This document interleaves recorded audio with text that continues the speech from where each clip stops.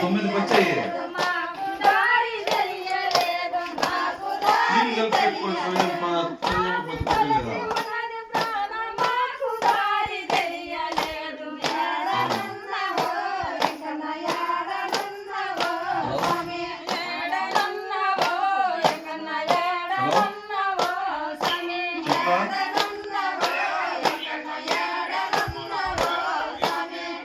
అది 9% 18% ఆటోమేటిక్ వస్తుంది.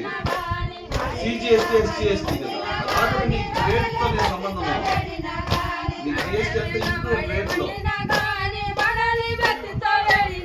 2 సార్లు అది వస్తుంది. సిజిఎస్టీ ఎస్టీ ఆటోమేటిక్ వస్తుంది. దాంట్లో ఏం తగ్గించేది ఏం లేదు. అది ఆటోమేటిక్ దగ్గర పోతుంది.